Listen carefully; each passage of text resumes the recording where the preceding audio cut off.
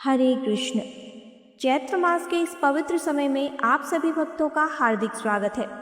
इस समय हम सभी भगवान श्री रामचंद्र जी के दिव्य और पावन जीवन चरित्र का श्रवण कर रहे हैं। हमारी इस चैत्र मास की कथा श्रृंखला में रामायण के सुंदर प्रसंगों का श्रवण इसलिए किया जा रहा है क्योंकि हमारे शास्त्रों में बताया गया है कि विशेष रूप से चैत्र और माघ मास में भगवान श्री राम के जीवन चरित्र अर्थात रामायण का श्रवण करने से मनुष्य को अनंत पुण्य फल प्राप्त होता है।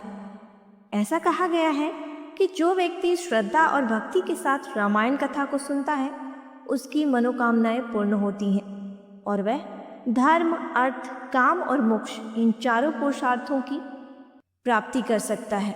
इसलिए आइए आज की रामायण कथा की इस पावन यात्रा को आगे बढ़ाते हैं और सुनते हैं आज की चैत्र मास की कथा। अब आज की कथा का आरंभ करते हैं।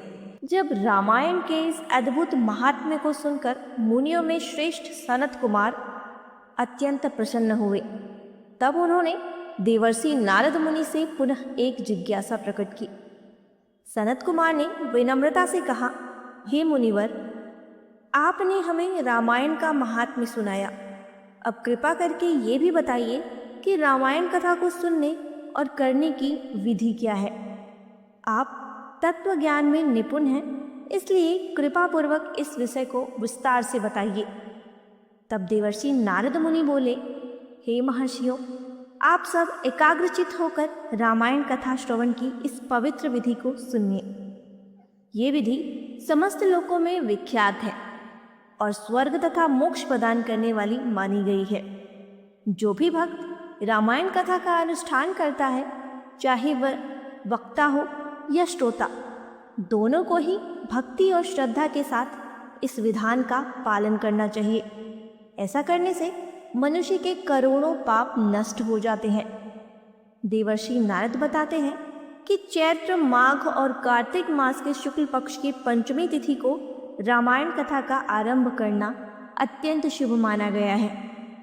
सबसे पहले मंगलाचरण और स्वस्तिक वाचन करके ये संकल्प करना चाहिए कि हम 9 दिनों तक रामायण के इस अमृतमयी कथा का श्रद्धा और भक्ति के साथ श्रवण करेंगे।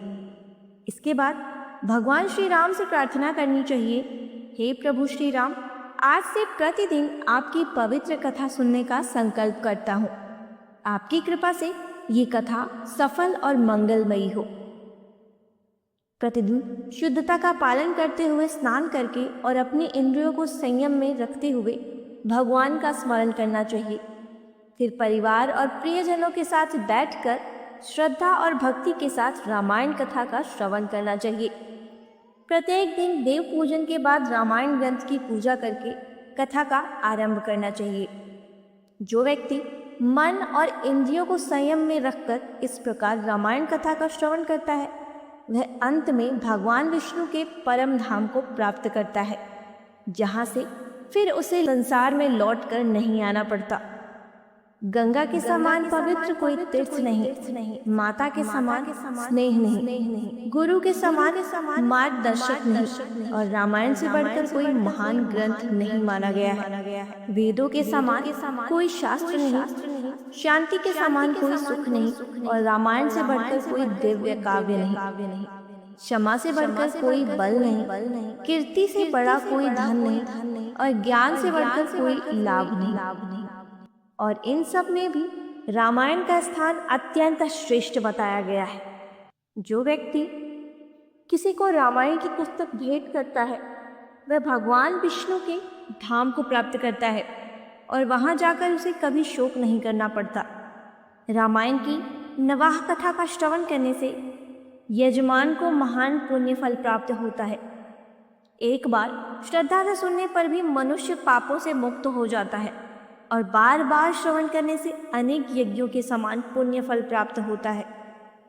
जो व्यक्ति प्रतिदिन रामायण का पाठ करता है, गंगा स्नान करता है और धर्म का उपदेश देता है, वह निश्चित रूप से संसार रूपी सागर से पार हो जाता है। राम कथा को भक्ति भाव से सुनने वाला मनुष्य तेजस्वी बन जाता है और अंततः ब्रह्मलोक को प्राप्त करता है। इसलिए हे महात्माओं, आप सभी को रामायण की इस अमृतमयी कथा का श्रवण अवश्य करना चाहिए।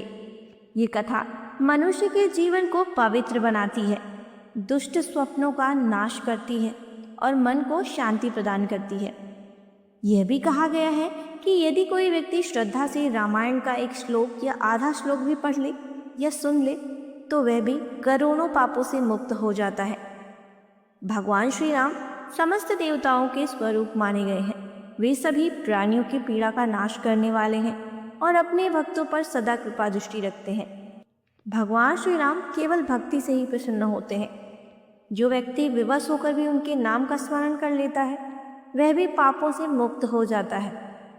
जिसके हृदय में श्री राम के नाम और उनके चरित्र के प्रति प्रेम है वही वास्तव में शास्त्रों के गूढ़ अर्थ को समझ सकता है, क्योंकि जब तक हृदय में प्रभु श्री राम के प्रति प्रेम और भक्ति नहीं होती तब तक रामायण का रस भी पूर्ण रूप से अनुभव नहीं किया जा सकता। इस प्रकार देवर्षि नारद के उपदेश को सुनकर सनत कुमार अत्यंत आनंदित हुए। इसलिए हे श्रेष्ठजनों, आप सभी भी रामायण की इस पवित्र कथा का श्रवण अवश्य करें। ऐसा करने वाला मनुष्य समस्त पापों से मुक्त हो जाता है और अंत में भगवान के धाम को प्राप्त करता है।